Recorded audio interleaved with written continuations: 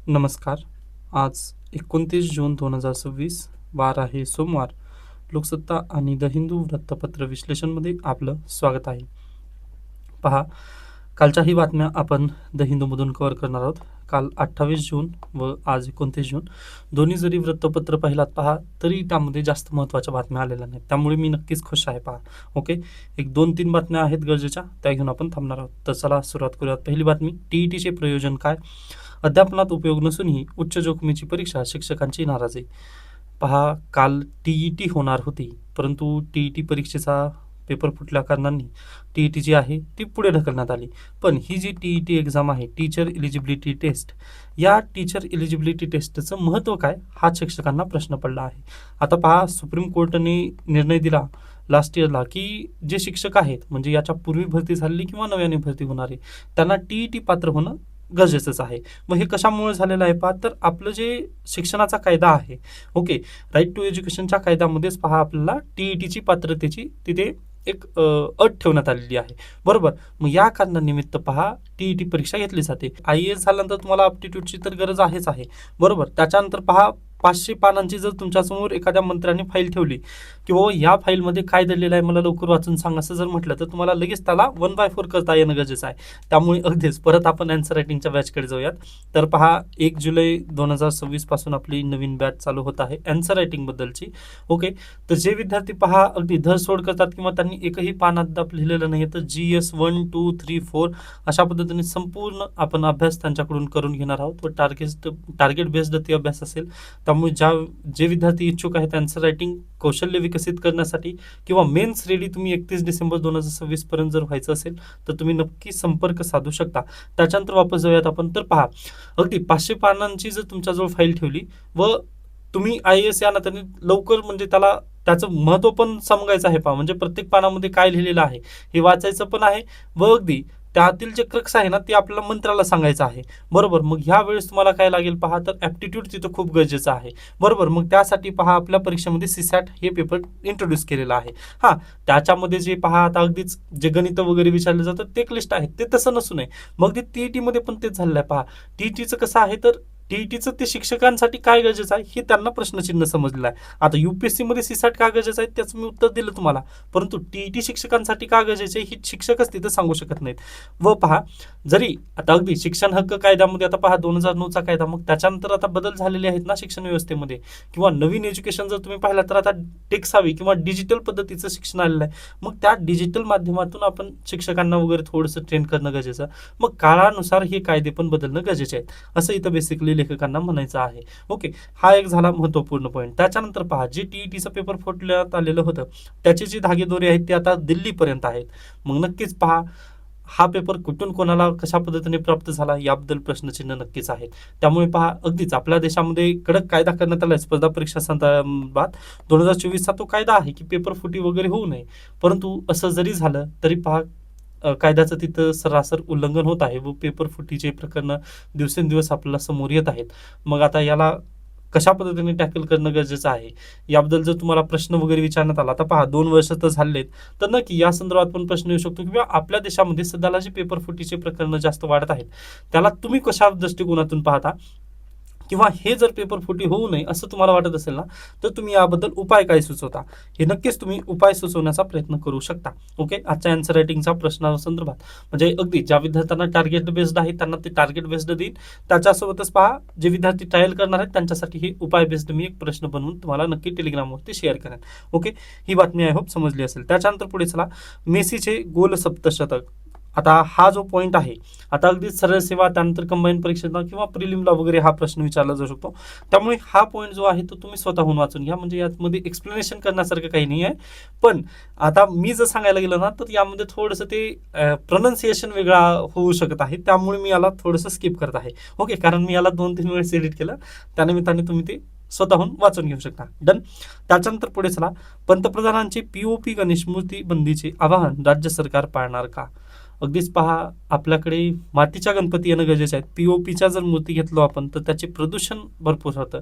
या कारणानिमित्त तुम्ही पण प्राधान्य द्या मातीच्या मूर्तींनाच. Okay, done. त्याच्यानंतर सौदी अरामकोचे हेलिकॉप्टर कोसळून 14 जणांचा मृत्यू. पहा, इराणने अमेरिकी तळांवरती हल्ला चालू केलेला आहे. डोनाल्ड ट्रम्प तिकडे भडकलेले आहेत. ते म्हणत आहेत की इराण पागल झालेला आहे व त्यांची जी म्हणजे आमची स्वप्न पूर्ती करण्यासाठी कदाचित इराणला मरावं लागेल, अशा पद्धतीने ते आता भाषा वगैरे व्यक्त करत आहेत व त्यांचं बरोबरच आहे. पहा, पीस डील साईन झाली होती, पण इस्रायल आणि लेबनॉन या दोघांच्या भांडणामध्ये इराण आणि अमेरिकेला परत एकदा त्या युद्धामध्ये जावं लागत आहे. ओके, म्हणजे अन्यथा पहा, इराण तर विजेता झालेला होता, मी पण घोषित केलं होतं. पण ठीक आहे, पहा, जाऊ द्यात, पाहूयात कशा पद्धतीने पुढे जाईल ही न्यूज. ओके, त्याच्यानंतर हिंदी महासागर आता संधींचा सेशल्समध्ये पंतप्रधान नरेंद्र मोदी यांचे प्रतिपादन. त्याच्यानंतर परत एकदा मी माझी IRC जी बॅच आहे त्याचं प्रमोशन करत आहे. तर अगदीच पहा, जे विद्यार्थी इंटरनॅशनल रिलेशनची बॅच घेऊ इच्छितात त्यांनी नक्की संपर्क साधू इच्छिता. आता पहा, त्या बॅचचं मी महत्त्व का सांगण्याचा प्रयत्न करते. तुम्ही जर मार्केटमध्ये एखादी बुक घेण्यासाठी जर गेलात तर तेवढीच प्राईस तिथं लागेल, पण तुम्हाला करंटचे अपडेट मिळणार नाहीत. व जो तुम्ही माझी बॅच घेतला तर त्यामध्ये अगदी बुकचीच प्राईस आहे ती, त्यामध्ये नोट्स प्लस करंट अफेअर्सचे अपडेट सर्व काही येणार आहे. त्याच्यानंतर तुम्हाला माझी टीचिंग जर आवडत असेल तर नक्की तुम्ही सहकार्य करू शकता. आता पहा, पंतप्रधान नरेंद्र मोदी गेलेले आहेत सेशल्समध्ये. ओके, आता सेशल्स कुठं आहे तर हा आपला प्यारा भारत आहे व तुम्ही इथे माडागास्करच्या थोडंसं वरी जर पाहिलात म्हणजे हा आफ्रिका खंड आहे, पहा अशा पद्धतीने. ओके, तर इथं आहे मादागास्करच्या थोडंसं जर तुम्ही पाहिलात तर हे आहे सेशल्स. आता हे सेशल्स काय आहे तर हे बेट समूह आहे, जसं अंदमान आणि निकोबार बेट समूह आहेत ना, अगदी तशा पद्धतीने सेशल्स हे बेट समूह आहे. मग हे सेशल्स आपल्यासाठी का गरजेचं आहे. तत्पूर्वी पंतप्रधान नरेंद्र मोदी यांना गार्डियन ऑफ द ब्लू होरिझॉन हा नव्याने सन्मान मिळालेला आहे व त्यांना हा 34वा सन्मान मिळालेला आहे, म्हणजे विविध देशांकडूनचा हा 34वा सन्मान आहे. त्यामुळे प्लीज सरळ सेवा किंवा कंबाईन परीक्षेला असे पुरस्कारांची नावं विचारली जाऊ शकतात. त्यामुळे प्लीज हे पॉईंट तुम्हाला लक्षात ठेवायचं आहे की सेशल्सकडून कोणता मिळाला. ओके, आता हे झाला प्रिलिमचा फॅक्ट आहे हा. बाकी मला जे शिकवायचं आहे ते इंटरनॅशनल रिलेशन मेन्सच्या दृष्टिकोनातून शिकवायचं असतं, बरोबर. मग मला सांगा, सेशल्स आपल्यासाठी का महत्त्वाचं आहे. तर तुम्हाला माहिती आहे का, हा आफ्रिका खंड आहे व इथं आहे सोमालिया. ओके, व सोमालिया, मोगादिशू वगैरे जे काही म्हणजे सोमालिया मोगादिशू ते तर त्यांची राजधानी आहे. तर सोमालियामध्ये पायरसी जास्त होते. ओके, व ह्या पायरसीला रोखण्यासाठी भारत देश तिथं प्रयत्न करू शकतो.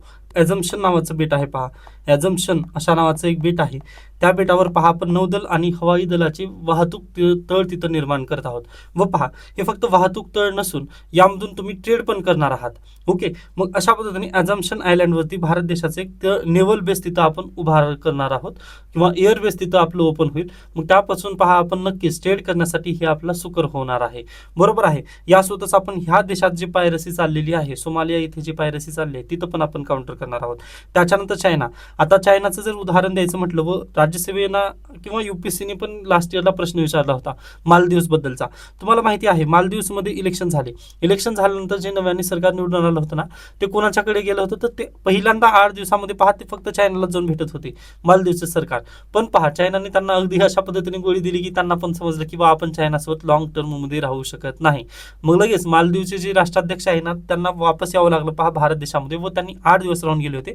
व राज्यसेवेला पण प्रश्न आलेला होता, मालदीवचे जे पंतप्रधान आहेत किंवा राष्ट्राध्यक्ष जे आहेत ते कोणत्या पक्षातून निवडून आलेले आहेत. तुम्ही राष्ट्रीय राज्यसेवेचा पूर्व परीक्षेचा प्रश्न पाहू शकता, बरोबर आहे. त्याच्यानंतर मुख्य परीक्षेला पण आता मला आठवत नाही राज्यसेवेला आला होता का UPSCला आला होता, परंतु दोन्हीपैकी एका परीक्षेला ना मालदीव्स बद्दल प्रश्न आले होतात. ओके, मग त्यांचे मंत्री पण पहा, आपले पंतप्रधान एकदा लक्षद्वीपला गेले होते. ओके, लक्षद्वीपच्या वरती तिथं त्यांनी ट्विटरवरती फोटो काढले होते पहा. तर लगेच त्यांचे 8-10 मंत्री जे आहेत ना, त्यांनी पंतप्रधान नरेंद्र मोदी यांच्यावरती टीका केली होती. मग त्यावेळेस कॅम्पेन आलं होतं पहा, लक्षद्वीपलाच आपण जायचं, मालदीव्सला कॅन्सल करायचं. ते कशामुळे झालं होतं तर हेच कारण आहे. त्यांनी कुठे जाऊन बसले होते, चायनाकडे गेलेले होते. परंतु पाहताना लगेच लक्षात आलं की चायना आपल्याला मदत जास्त करू शकत नाही, तो आपल्याला फक्त लोन देईल व त्या लोनचा आपण इंटरेस्ट जेव्हा जेव्हा देत जाऊ त्यावेळेस आपला पैसा पूर्ण जाणार आहे व आपली तिथे काही साख असणार नाही. मग याच कारणानिमित्त मग लगेच मालदीवचे जे राष्ट्राध्यक्ष आहेत त्यांना लक्षात आलं की आपण चायनासोबत नाही तर इंडियासोबतच चांगल्या पद्धतीने जाऊ शकतो. मग त्यासाठी पहा, परत आपले भारत आणि मालदीवचे जे संबंध आहेत ते चांगल्या पद्धतीने झालेले आहेत, बरोबर आहे. मग आता हे जे बेल्ट अँड रोड इनिशिएटिव्ह किंवा चायनाला इंडियन ओशियनमध्ये आपले पाय पसरायचे होते ना, ते त्यांचा जो हेतू होता तो नेस्तनाबूत झाला. मग अगदी तशाच पद्धतीने पहा, हे जे सेशल्स राष्ट्र आहे किंवा हे जे सेशल्स समूह बेट समूह आहे, तो आपल्यासाठी याच कारणानिमित्त महत्त्वाचा आहे. पहा की आपण काउंटर एक तर चायनाला पण करू शकतो, त्यानंतर या राष्ट्रांमधील पायरसी पण रोखू शकतो.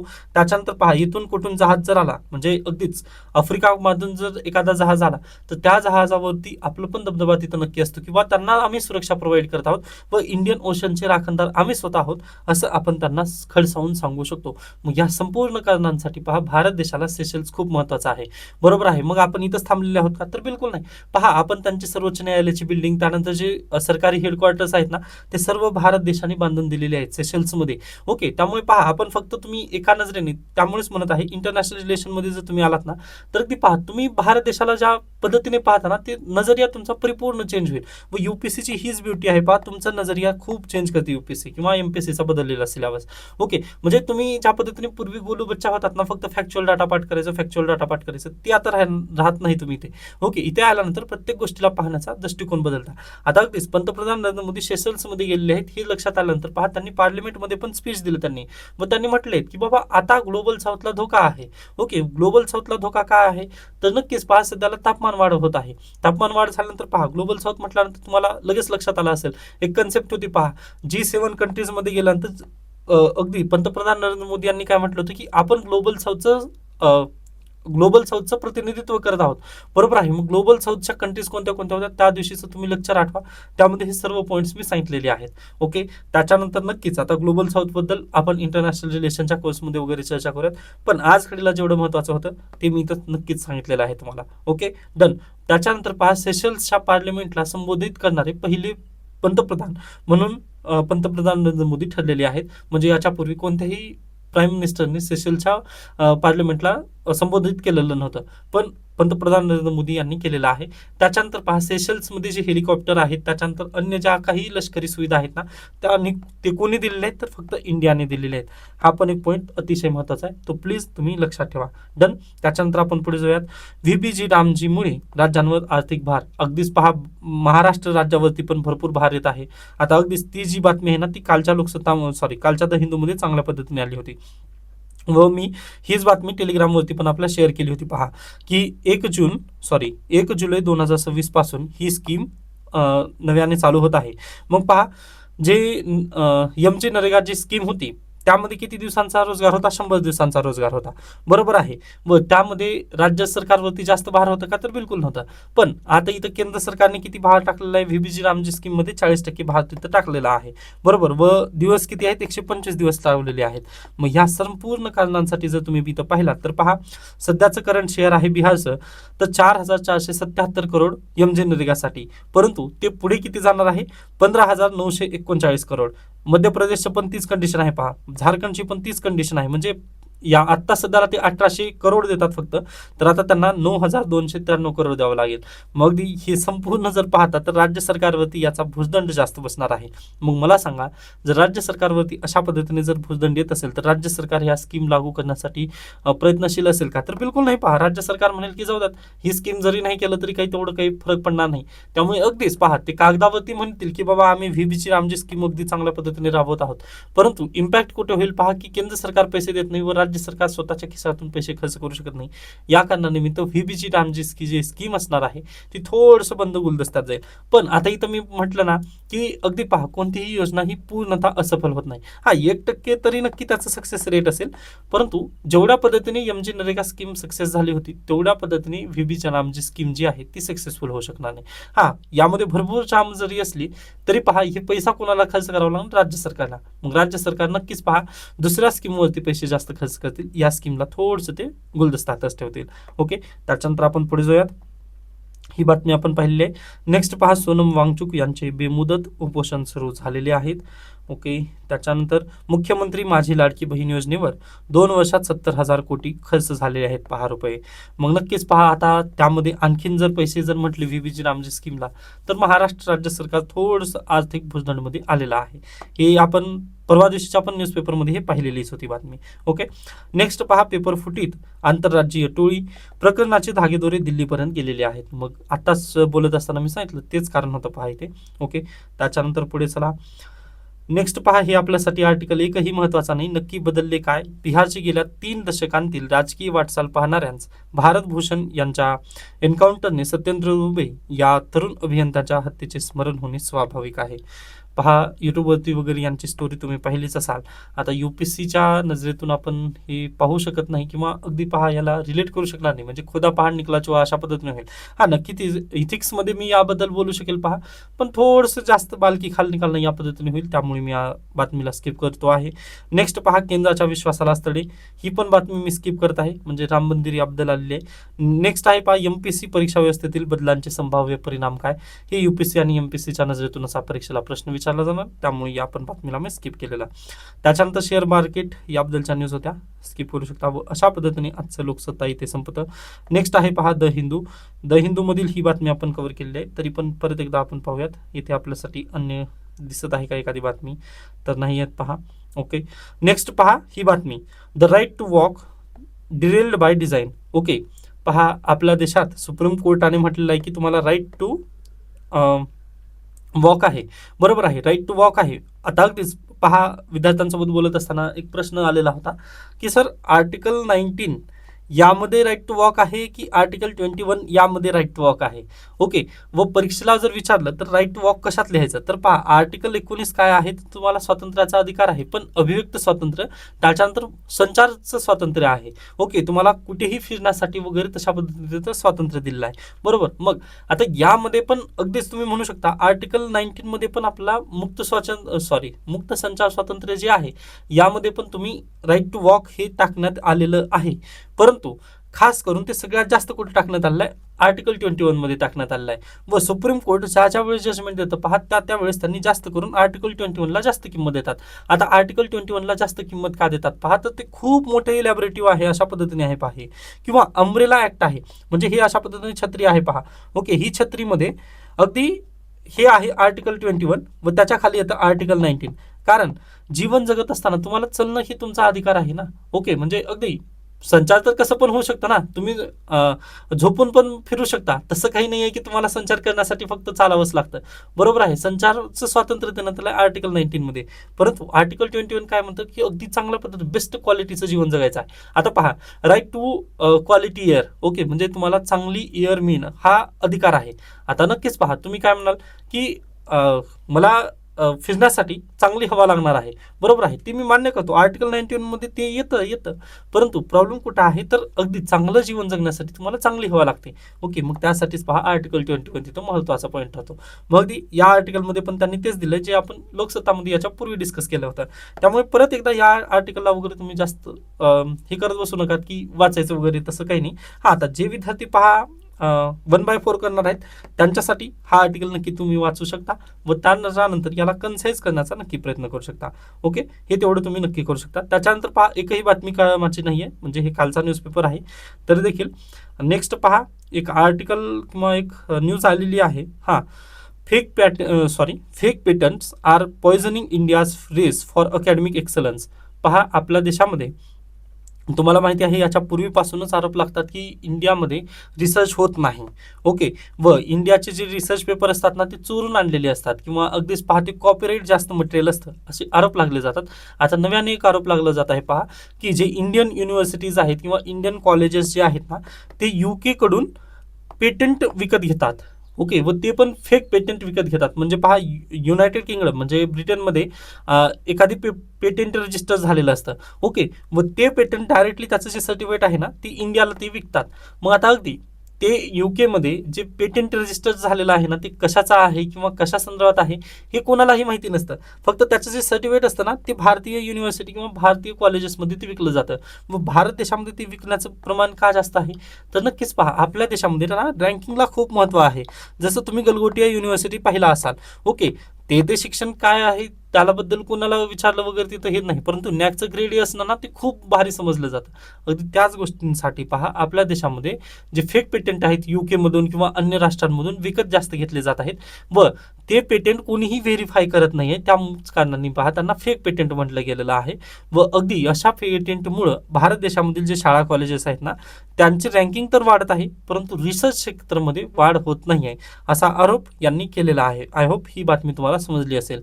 मग आता याला काय करावं लागेल, सोल्युशन द्यावे लागतील. पहा, तर भारत सरकारने पहा आपल्याला रिसर्चवरती जास्त पैसे वगैरे खर्च करणं गरजेचं आहे. आता अगदीच तुम्ही पाहिलं असाल, पहा याच्या पूर्वीच्या पण आर्टिकल्समध्येही आपण चर्चेला घेतलंच होतं.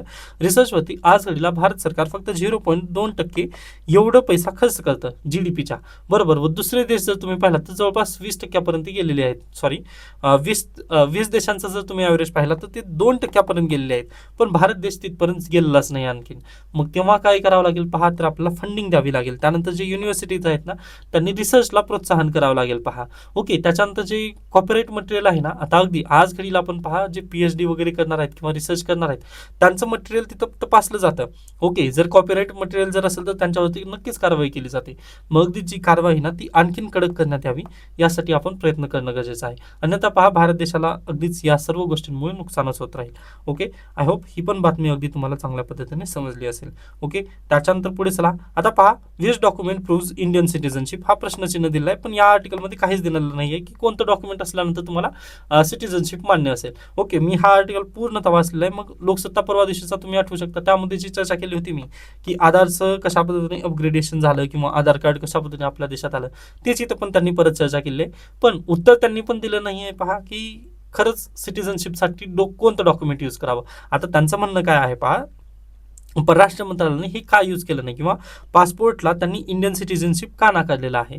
तर एक आहे पासपोर्ट ऍक्ट आपल्या देशामध्ये. मग त्या पासपोर्ट ऍक्टच्या कलम 20 नुसार पहा, जर एखादा परकीय व्यक्ती आपल्या प्यारा भारतमध्ये जर फिरण्यासाठी आला तर त्याला पहा काही टेम्पररी कारणासाठी व आर्टिकल 142 चा यूज करून सुप्रीम कोर्ट डायरेक्टली पासपोर्ट त्याला इश्यू करू शकतो. म्हणजे फक्त आता अगदी UPSC पण इथून प्रश्न विचारू शकते, पहा, की नॉन रेसिडेन्स ऑफ इंडिया म्हणजे NRI, ओके, ह्या व्यक्तीला पण किंवा नॉन सिटीजन ऑफ इंडिया म्हणजे अगदी तो इंडियन सिटीजन नाही त्याला पण आपलं भारतीय पासपोर्ट इश्यू केलं जाऊ शकतं का, तर बिलकुल यस. एखादा व्यक्ती जर भारतीय सिटीजन नसला तरी देखील पहा त्याला भारतीय पासपोर्ट इश्यू केलं जाऊ शकतं. ही कंडिशन आहे. सुप्रीम कोर्टामध्ये जर अशा पद्धतीची एखादी केस गेली ना तर सुप्रीम कोर्ट जर असं म्हटलं की यस तुम्हाला पासपोर्ट देऊ शकता, म्हणजे एखादी एक्सेप्शन केसमध्ये, ओके, आर्टिकल 20 मध्ये त्यांनी दिलेलं आहे की एक्सेप्शन केसमध्ये पहा भारतीय पासपोर्ट कोण्याही व्यक्तीला इश्यू केलं जाऊ शकतं. मग याच कारणानिमित्त पहा पासपोर्ट ही सिटीजनशिपचा पुरावा नाहीये. हा, पण तुम्ही जर भारत सोडून अन्य देशामध्ये जर गेला तर तिथं इंडियन सिटीजन आहात हे प्रूव्ह करण्यासाठी तुम्ही याचा वापर करू शकता पासपोर्टचा, असं परराष्ट्र मंत्रालयाने म्हटलेलं आहे. मग आय होप तुम्हाला समजलं असेल. म्हणजे अगदीच पहा, भारत देशामध्ये जर असाल तर हे सिटीजनशिपचा पुरावा तुमचा होऊ शकणार नाही, परंतु परकीय राष्ट्रामध्ये तुम्ही याला सिटीजनशिपचा पुरावा म्हणून वापर करू शकता, असं त्यांचं बेसिकली पासपोर्ट कार्यालय म्हणजे परराष्ट्र मंत्रालयाचं बेसिकली म्हणणं आलेलं आहे. मग हे कशामुळे म्हटले त्यांनी, तर अगदी पहा आपल्या पासपोर्ट ऍक्टमध्येच ह्या सर्व रुलिंग्स तिथं देण्यात आलेल्या आहेत. ओके, त्यामुळे पॅनिक वगैरे व्हायचं नाहीये की हे कोणतं डॉक्युमेंट आहे किंवा आपली सिटीजनशिप वगैरे कसे प्रूव्ह होईल. तर पहा, लेखकांनी पण म्हटले की आपल्या देशामध्ये NRC ऑलरेडी झालेलीच नाहीये, या कारणानिमित्त तुम्ही प्रूव्ह करू शकणार नाही. ओके, मग ज्यावेळेस NRC वगैरे होईल त्यावेळेस आपण पाहूयात. मग आता सध्याला झोप उडून घेण्याची गरज आहे का, बिलकुल नाही. फक्त जे आर्टिकल याच्या पूर्वी सांगितलं होतं पहा, आधार ऍक्ट वगैरे, राईट टू प्रायव्हसी, तेच तेवढे लक्षात ठेवा. उर्वरित काही गरजेचं सध्याला नाही आहे. ओके, वेळोवेळी आपण ते बातम्या पाहणारच आहोत. तर अशा पद्धतीने आजचा लोकसत्ता आणि कालचा द हिंदू दोन्ही वृत्तपत्रे संपतात. त्याच्यानंतर पहा उद्या 30 तारीख आहे, 30 जून. उद्या 30 जूनला मी सुट्टीवर जात आहे. ओके, मग 1 जुलैपासून आपण परत एकदा भेटणार आहोत. त्याच्यानंतर जे विद्यार्थ्यांना आन्सर रायटिंग प्लस इंटरनॅशनल रिलेशनची बॅच लावायची ते इच्छुक नक्कीच मला संपर्क साधू इच्छितात. 97 65 64 39 12. ओके, ही माझा कॉन्टॅक्ट नंबर आहे. नक्कीच तुम्ही संपर्क साधू साधू शकता. ओके, तर इथे थांबूयात. काही प्रॉब्लेम किंवा काही समस्या जर असेल तर तुम्ही मला नक्की सांगू शकता. धन्यवाद.